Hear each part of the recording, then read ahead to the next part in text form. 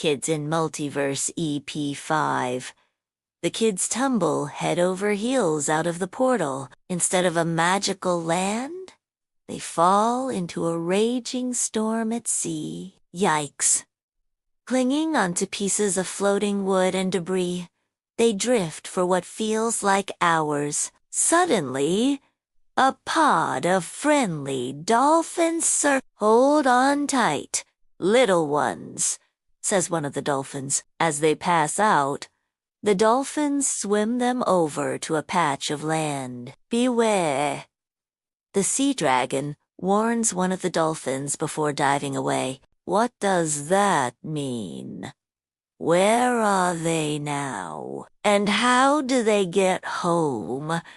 Let's find out. After the dolphins leave, the kids wake up and realize they've landed in the middle of a gigantic ocean. Stunned by what's around them, they soon notice a magnificent city not too far away. It looks magical, with buildings made of coral and crystal that glow with an otherworldly light. Taking a closer look, however, they see that although the city looks beautiful, its citizens don't seem happy. Meanwhile, high above in the sky, the dolphin pod watches anxiously as dark clouds gather over the city. One dolphin tells the others it's time to warn the humans about the approaching storm. But when they get closer, they find that the kids have already figured out a way to breathe underwater. Max is wearing a strange-looking helmet while Sophie sketches something on a pad of paper.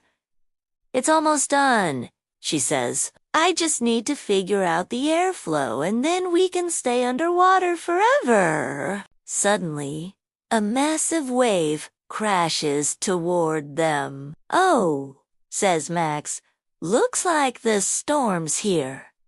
But instead of running for cover, he steps right into the water. The wave knocks him down, but nothing happened. It seems the device Sophie just built allows the user to breathe underwater. Overjoyed, Max gives her a big thumbs up. As the others test out their breathing devices, the dolphins tell them about this world and its many wonders. They also warn the kids about the sea dragon, a fearsome beast that has recently been terrorizing the oceans. He stole the Pearl of Waves from King Nautilus, says one of the dolphins, and now storms and earthquakes shake our world every day. The dolphins lead them to the entrance of the underwater city, where they meet the majestic King Nautilus and his court. He thanks the kids for coming, explaining that they are the legendary heroes spoken of in prophecy who will save them from the sea dragon. However, the kids are confused. How are they supposed to defeat a dragon without any weapons or training? You don't need weapons or armor to defeat the sea dragon, says King Nautilus. All you need is the Pearl of Waves. If you return it to me, the sea dragon will lose all power. Then I can use my trident to restore balance to the ocean. Before the kids leave, King Nautilus gives them each a magical pearl that will protect them on their journey. Now, if they want to find the sea dragon, they'll have to go to the sea caves, but it's much too far to walk. Luckily, King Nautilus offers them a ride in a submarine built by his engineers. The vehicle is equipped with powerful lights that reveal a magical underwater world. They zip through glowing jellyfish forests and around dangerous whirlpools. Suddenly, Max accidentally presses the wrong button and the sub's disco lights turn on, bathing the forest in bright colors. Sharks! Everywhere! They circle the sub hungrily. Quick! Max! Turn those lights off! Yells Ethan. But just then, the sharks begin to dance.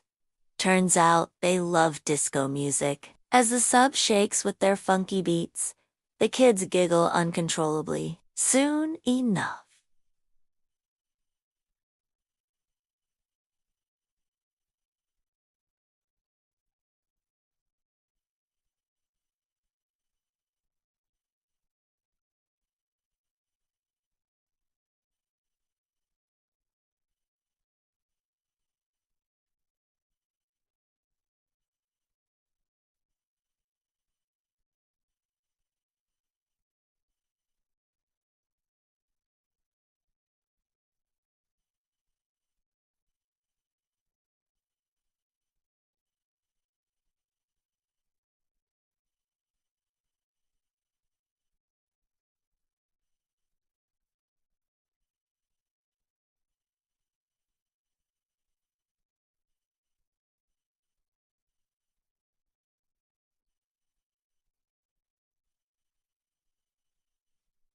Ha ha, says Max. I think I just found a new talent. But there isn't time to celebrate because the entrance to the caves is up ahead. As the vessel approaches, the lights reveal a huge dark cave system. This is it, says Ethan, the sea dragon's lair. At the end of the tunnel, they see the beast. Its scales shimmer with an eerie blue glow and its eyes burn like hot coals. Look out, yells one of the dolphins, diving out of the way just in time as the dragon breathes a jet of fire. The dragon swipes its tail and knocks the sub over. I got us into this mess, so I guess I should be the one to fix it, says Max. He takes a giant piece of seaweed and fashions it into a sword. Come on, dragon, fight me. The dragon roars and charges, Max screams. But he's really having fun. All the kids laugh hysterically as they watch him battle the dragon. Suddenly, the dragon stops to stare at the wall. There's an ancient riddle carved into the stone, and the kids wonder if it holds the secret to defeating the beast. Don't be afraid, says Lily. I used to love riddles when I was little. She begins to read, From humble beginnings, great strength is born.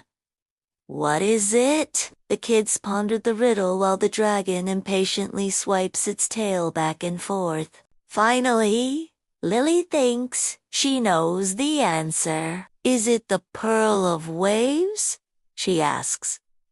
That's right, says the dragon. Startled by her deduction skills, the dragon drops the pearl of waves and swims away. Relieved, the kids grab the pearl and make their way to the exit.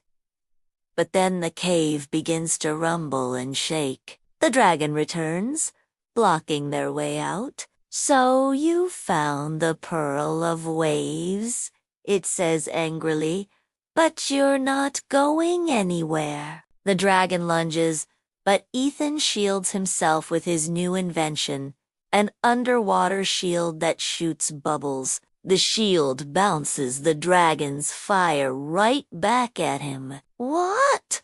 He roars. Sophie uses the time to sketch a plan and create a bubble launcher that sends a steady stream of bubbles toward the dragon. The more bubbles that hit the dragon, the angrier he gets. Meanwhile, Lily notices something strange. The dragon isn't evil, she says. Someone or something must have cursed him. If only there was a way to break the curse, she says sadly. As the battle continues, Lily runs to another part of the cave. There she finds a small opening, almost invisible to the naked eye. Inside, she sees a tiny yet powerful-looking shard stuck in the dragon's chest. Carefully, she pulls it out. The moment the shard leaves the dragon, the cave begins to shake violently. Grabbing the shard, Lily runs to safety just as the dragon breaks free of the bubble barrier and charges out of the cave. Outside, King Nautilus greets the kids. "You returned the Pearl of Waves," he says to them. "The ocean is saved." As he takes the Pearl of Waves from Max, the sky clears and the winds die down. Everyone cheers as the citizens of Aquara come out of their homes. Once again, the city is filled with joy and laughter. The kids approach the dragon cautiously. At first, he's hesitant, but when he sees that they're not afraid of him, he lowers his head.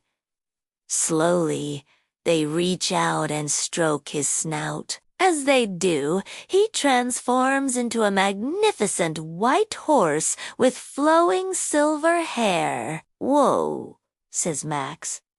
The dragon, who introduces himself as Storm, invites them to ride on his back. Then together they gallop away to the palace. King Nautilus rewards the kids with a feast fit for heroes. When they're full, they ask him where they can recharge their portal device. "You can try the sea dragon's cave," he says. "The energy from the pearl should help your device work again." Back at the cave, they hand the pearl to Storm. The moment it touches his chest, a surge of energy flows through the device. The kids watch happily as their portal begins to glow. But just as they're about to step inside, the cursed shard glows brightly and opens another unstable portal. They're sucked inside and land on the ground, dazed. They get to their feet and find themselves in a mysterious jungle full of glowing ruins. "Where are we?" asks Sophie. "I don't know," says Ethan, "but I think we're exactly where we need to be." Max smiles mysteriously. "Let's go check it out."